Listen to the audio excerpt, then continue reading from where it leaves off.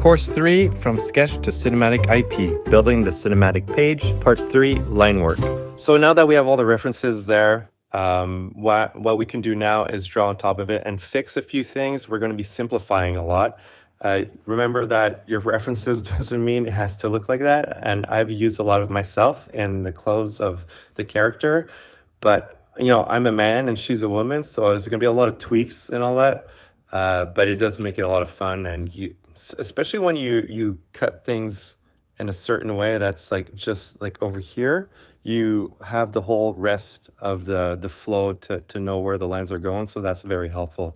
So the reason we got the references is to make a few things easier for you. So it'll fix your anatomy, fix your perspective, it fixes your light and direction, fix clothing folds, fix proportions, camera angles, weight and balance. But you are still simplifying, designing shapes, pushing silhouettes, adjusting composition, making things clearer, making things cinematic. You are translating reality into a drawing language. All right, let's see how I use it and how you can use it. So the first thing I do here is I'm fixing the frames a little bit just to make it a little sharper and a little cleaner. Now, here I'm slashing the sword. I'm adding more energy with the clothes, like ripples and all that. You want to give a bit more energy. It's a good thing to do when you draw in action. You want like really a lot of impactful straight lines just to give it more weight and more. It's always like the extreme of everything. It has to be the climax of the punch, the climax of the sword slashing. So so there'd be some ripple from the air and everything like that. So you want to show that the hair going into the face, flapping around, and speed lines. I'm gonna do another tutorial on showing how to do speed lines. There's different ways you can do it and how it can be very impactful. You don't have to do it all the time, but when it's done right, you really feel the speed and intensity of the punch or whatever is getting hit.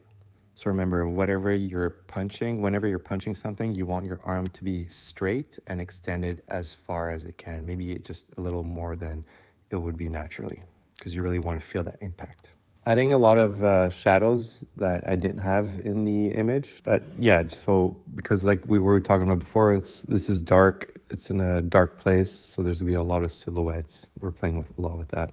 Also know that not every comic has to be really, really well illustrated. There's a lot of comics that are not even well illustrated, but they're very captivating. The most important thing is to know that the storytelling is really strong and that you can keep your reader very engaged. One of the things I think that works for me is like to draw the panels like kind of like the main keyframes for an animation. So especially in action, to read it kind of like an animatic, something you would do in an animatic. So when you're reading the comic, it kind of looks like you're watching a movie. So here's the zombie, a big zombie.